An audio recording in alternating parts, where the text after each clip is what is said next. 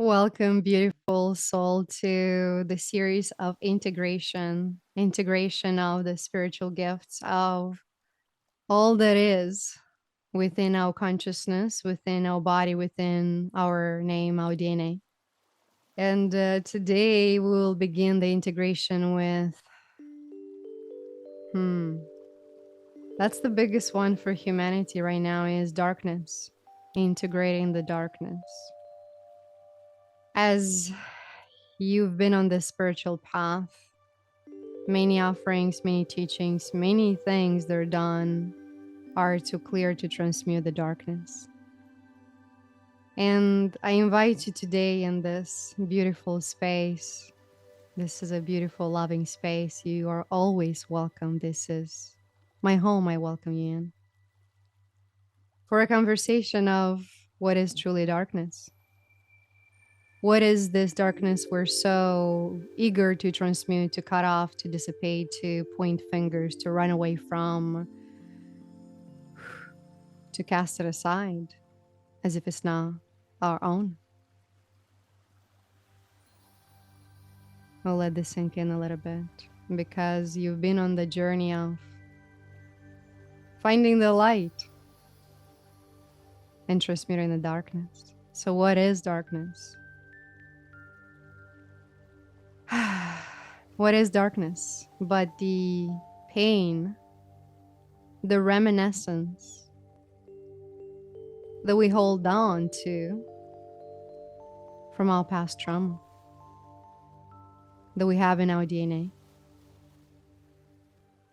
Darkness, it's not out there made by somebody else. Darkness is within, is every time you get hurt, every time you experience a heartbreak, a pain, and that doesn't get dissipated into that flow of energy, the darkness remains in you, turns into this thing we call darkness. And if you have a lot of accumulation of that for your entire life, if you haven't cleared that within you, haven't learned to become a channel of energy and you holding on to, that turns into darkness, that turns into pain body, that turns into heaviness of your field.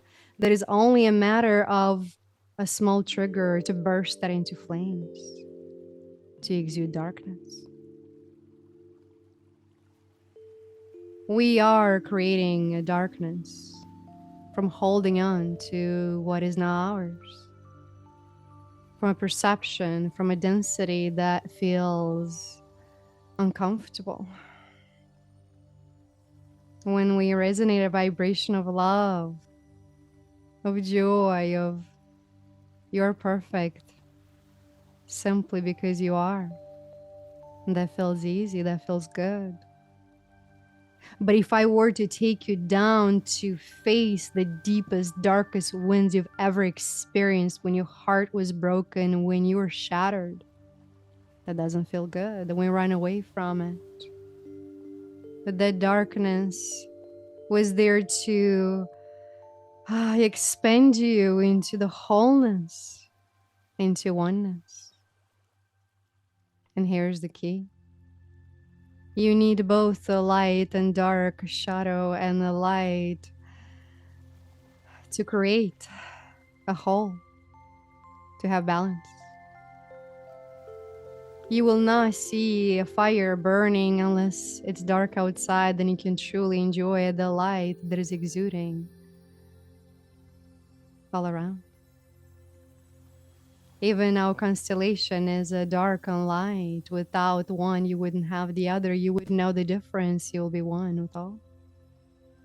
So maybe the quest all along was to integrate the duality, the light and dark within ourselves, to embrace it all. So for this first step of integration, I invite you to consider all parts of you.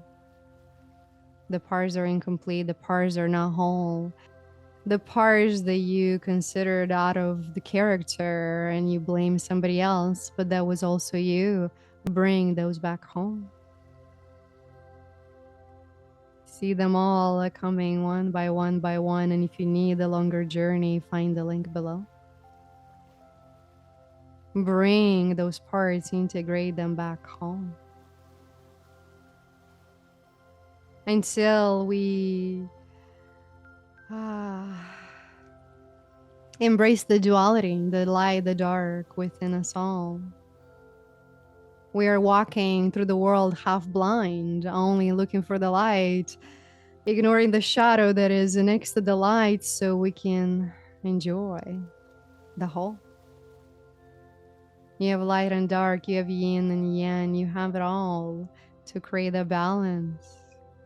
Simple awareness that you are all, that every behavior you see outwards still to some degree resonates with yours.